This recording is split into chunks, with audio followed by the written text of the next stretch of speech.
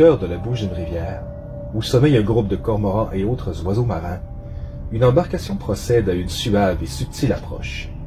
Installés au guide, deux hommes sont sur le point d'en faire l'accostage à l'un des débarcadères proposés par l'exigu marina de la municipalité de Baie-Saint-Paul.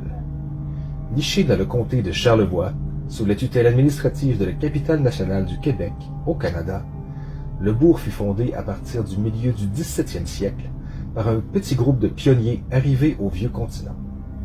Logé à l'embouchure de la rivière du Gouffre, sur le flanc du nord du fleuve Saint-Laurent, la ville, toujours urbainement croissante, dénombre aujourd'hui environ 6800 habitants. Davantage étincelante sur la scène canadienne-française, cette dernière constitue l'un des importants centres économiques de la région et, plus récemment, culturel. Exact.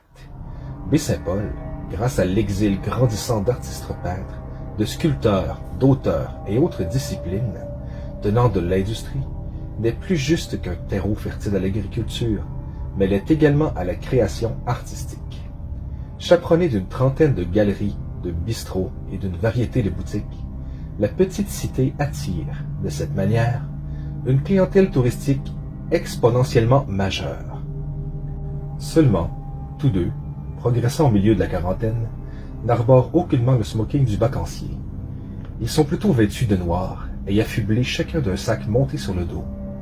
Le standard mètre 80 du premier, escorté de perles bleues glaciées, d'un étiré visage dominé par une sombre chevelure en longueur, remorque avec lui un look de rockstar.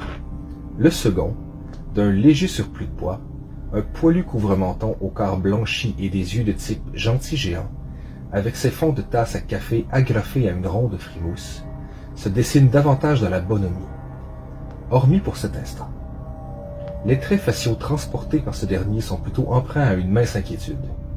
Il le fait connaître verbalement. « Je persiste à croire que c'est une très mauvaise idée de procéder de la sorte. Tu sais fort bien que ça va à l'encontre de toute éthique archéologique, et je n'aime pas ça du tout. »« Calmos, mein Freund, calmos.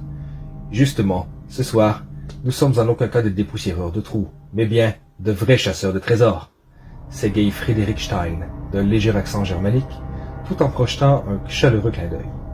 « Parle pour toi, amigo !» grommelle Yann Vézina, agacé par l'insouciance que trimballe son confrère d'armes, son vieux pote d'aventure. Complice, compère et associé depuis 10 ans. Exactement.